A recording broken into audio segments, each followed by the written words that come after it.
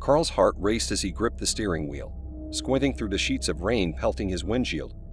The storm had come out of nowhere, turning his late-night drive home into a nerve-wracking ordeal. Thunder rumbled ominously in the distance, and the occasional flash of lightning illuminated the desolate road ahead. He hadn't seen another car for miles. He had been driving back from a business trip, a routine affair, but the weather had taken a sudden turn for the worse. His GPS had lost signal an hour ago, leaving him to navigate the winding country roads by memory. Carl cursed under his breath as another curve approached, the headlights barely piercing the darkness. As he rounded the bend, he saw a dim light flickering in the distance. A house? Relief washed over him. He could use a break from the relentless storm. Maybe they had a phone he could use to get his bearings. Carl slowed down and turned into the driveway, the tires crunching on the gravel. The house was old, its paint peeling and windows shuttered. The light came from a single lantern hanging on the porch. Carl hesitated for a moment, the eerie silence only broken by the pounding rain, before deciding to approach the front door. He knocked loudly, the sound echoing through the house. Moments later, the door creaked open, revealing an elderly man with a weathered face and piercing eyes. "Can I help you?" the man had asked, his voice raspy. "I'm sorry to bother you, sir," Carl began, "but I'm lost and my GPS isn't working. Could I use your phone to call for help?" The old man studied him for a moment before nodding slowly. "Come in. The phone's in the living room." Carl stepped inside, shaking off the rain. The house was dimly lit and cluttered with old furniture and trinkets, giving it a musty smell. He followed the man into the living room where a rotary phone sat on a small table. "Thank you," Carl said, picking up the receiver. There was no dial tone. He frowned and jiggled the hook a few times, but it remained dead. "The phone lines are down because of the storm," the old man said, as if reading his mind. "You're welcome to stay here until it passes." Carl hesitated. Something about the place felt off, but he didn't have much choice. "I appreciate that. I'm Carl, by the way." "George," the man replied, offering a hand. His grip was surprisingly strong for someone his age.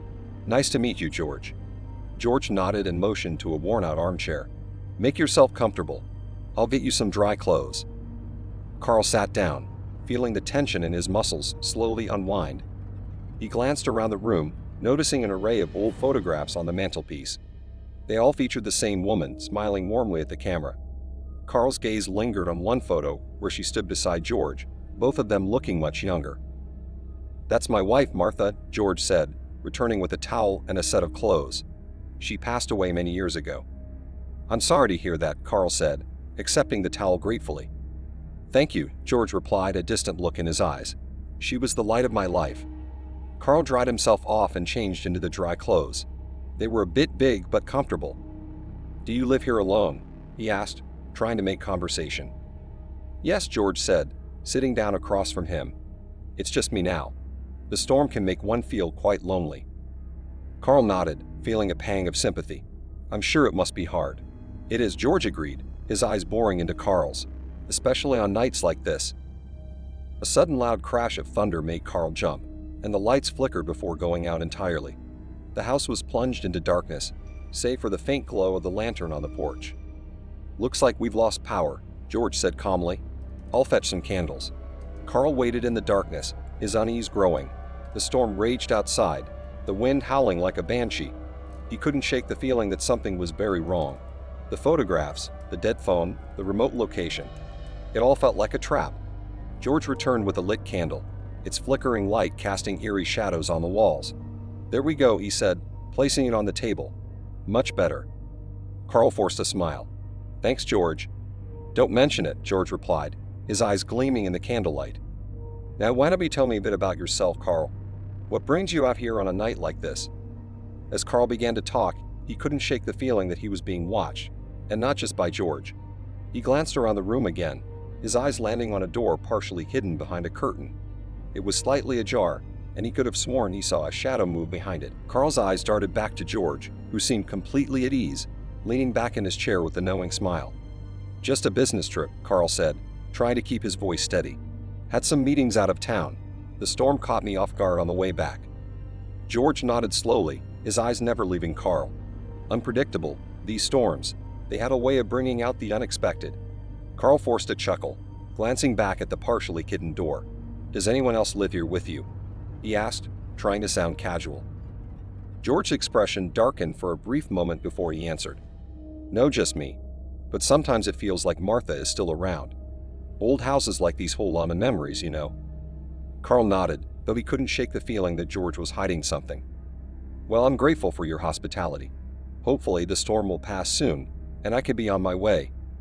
George smiled, but it didn't reach his eyes. "Of course, you're welcome to stay as long as you need." The wind howled outside, and Carl noticed the curtain by the door moving slightly. He couldn't ignore it any longer. "I'm just going to use the restroom," he said, standing up. George pointed down the hall, and Carl made his way in that direction, his heart pounding. As soon as he was out of George's sight, Carl headed straight for the partially hidden door.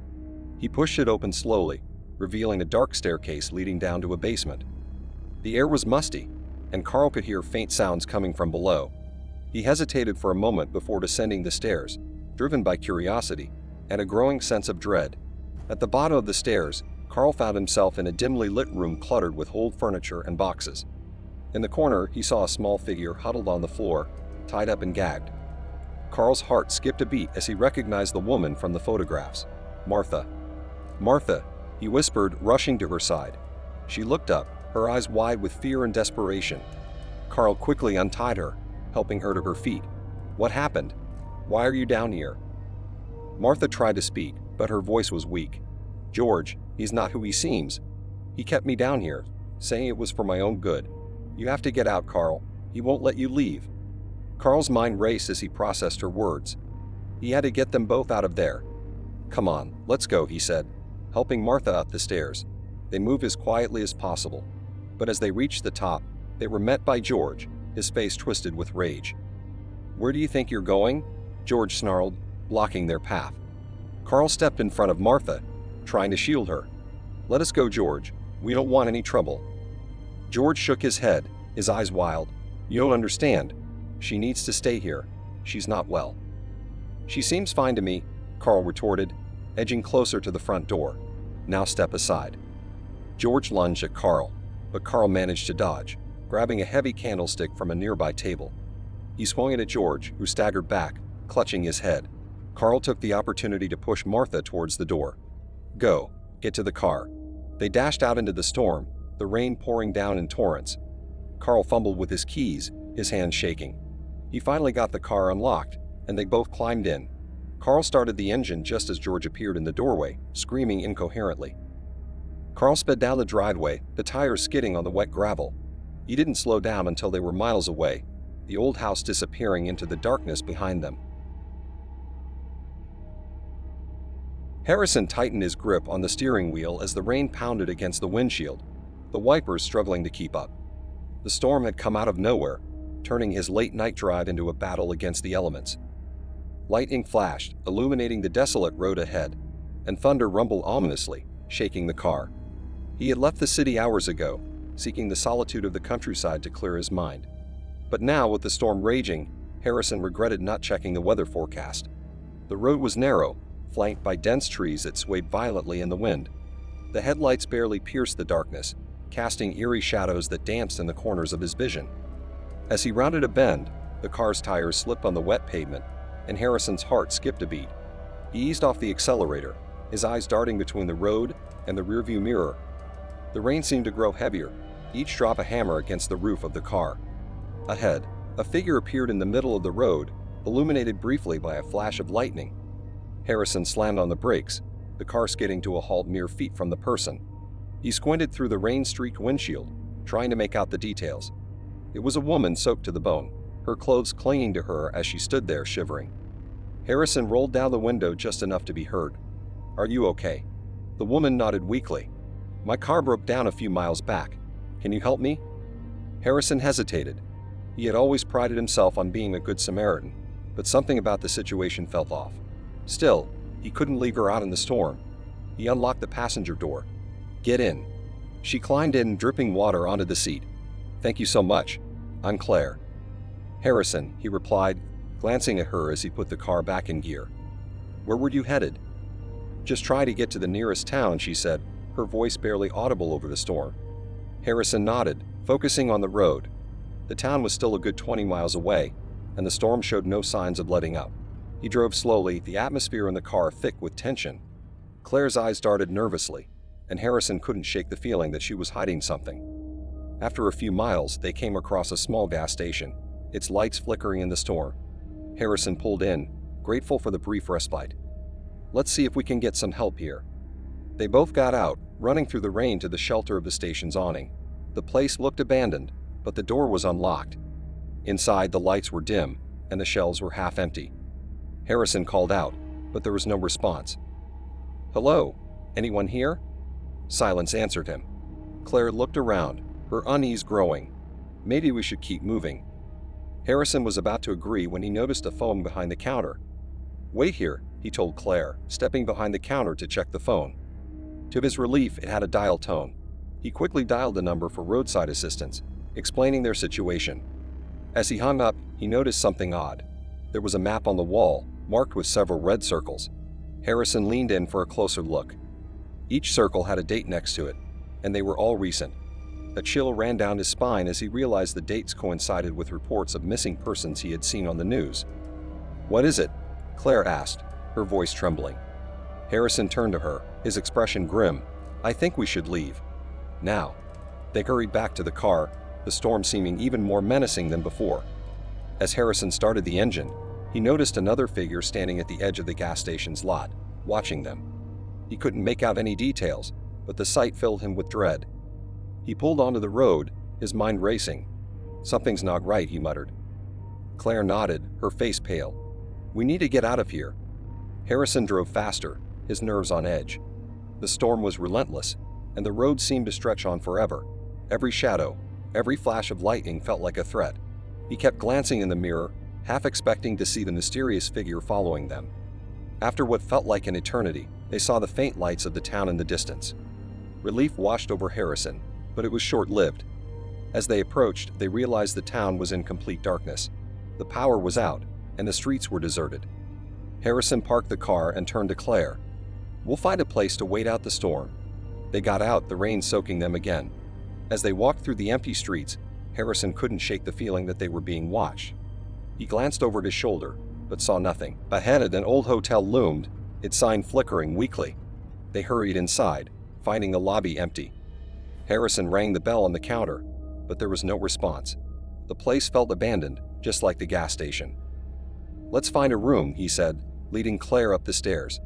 The halls were dark, the only light coming from the occasional flash of lightning through the windows. They found a room with an unlocked door and stepped inside, locking it behind them. Harrison turned to Claire, his mind racing with questions. "Who are you really?